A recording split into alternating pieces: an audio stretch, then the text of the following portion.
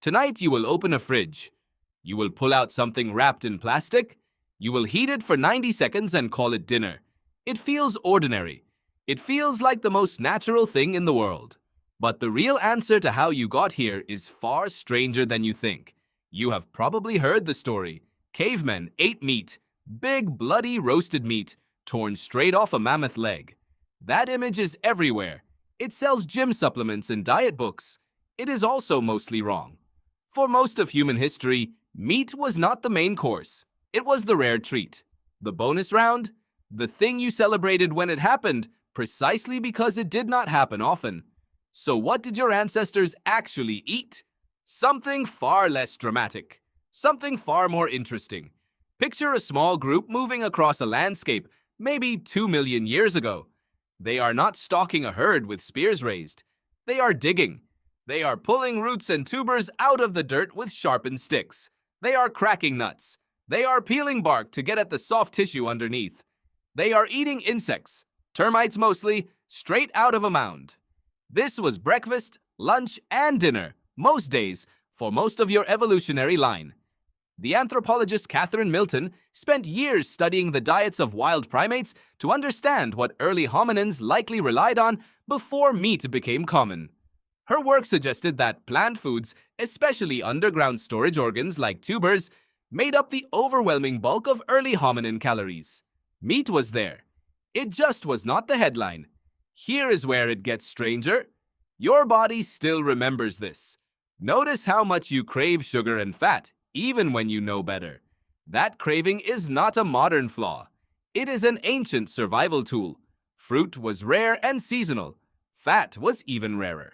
A brain that lit up with pleasure at the taste of ripe fruit or fatty marrow was a brain that pushed its owner to eat enough to survive the next lean season.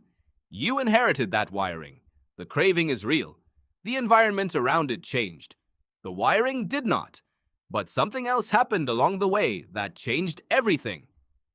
Cooking. The primatologist Richard Wrangham has argued that the control of fire and the invention of cooked food may be the single most important shift in human evolution. Cooking breaks down tough plant fibers and unlocks calories that raw digestion simply cannot reach.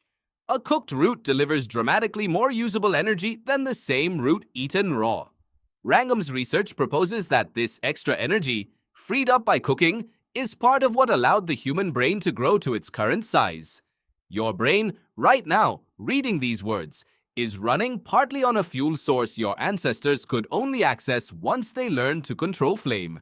Think about that for a second. The device generating this thought exists because someone, a very long time ago, figured out how to keep a fire burning long enough to soften a root. So if plants and fire were doing the heavy lifting, where does meat actually fit in? It fits in as a high-stakes gamble. Hunting large animals with primitive tools was dangerous and often unsuccessful.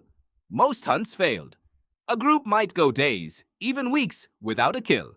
When meat did arrive, it was shared immediately and completely because there was no way to preserve it and because sharing built the social bonds that made survival possible in the first place. Meat was less a daily food and more a periodic event that reorganized the entire group around it, at least for a few hours. There is a detail here that rarely makes it into the popular version of this story. Researchers analyzing dental plaque from Neanderthal remains, including work led by biological anthropologist Amanda Henry, found microscopic starch granules trapped in ancient teeth. Grains, roots, cooked plant starches, preserved for tens of thousands of years in calcified tartar. Even Neanderthals, the supposed brutish meat-eaters of pop culture, were baking something closer to a primitive flatbread than swinging a club at a woolly rhino every night. Why does this matter to you, scrolling through a menu on your phone right now? Because the modern high-protein, meat-heavy diet many people treat as the ancestral way of eating is, in some ways, a distortion of the actual ancestral pattern. Your real inheritance is closer to a diet built around varied plants, occasional insects, starchy roots, and meat as a valuable but irregular supplement. The romantic image of the meat-obsessed caveman says more about 20th century marketing than it does about the Pleistocene. There is another twist. Your ancestors were not eating for pleasure the way you often do. They were eating for information. A bitter taste meant a plant might be toxic. A sweet taste meant safe calories. Your entire flavor system evolved as a survival algorithm, not a luxury. Every time you reach for something sweet after a stressful day, you are running code that was written for a world without vending machines. Does that mean you are just a caveman in jeans and sneakers? Not exactly. Your environment has changed almost unrecognizably in the blink of an evolutionary eye.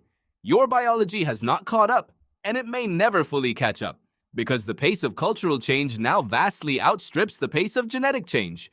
That mismatch between an ancient body and a modern pantry sits underneath a huge amount of what nutrition science is still trying to untangle today. So the next time you stand in front of an open fridge, notice what your eyes go to first. Notice the pull towards something sweet, something fatty, something dense with calories. That pull is not weakness. It is a message from a very old part of your brain, one that spent 2 million years learning to prize exactly those things, back when finding them at all was the hard part. You are not so different from the figure digging up a root with a sharpened stick. You have just traded the digging stick for a door handle and the dirt for a refrigerated shelf. Tonight, when you open that fridge, you are not doing something new at all. You are doing something impossibly old, dressed up in modern packaging.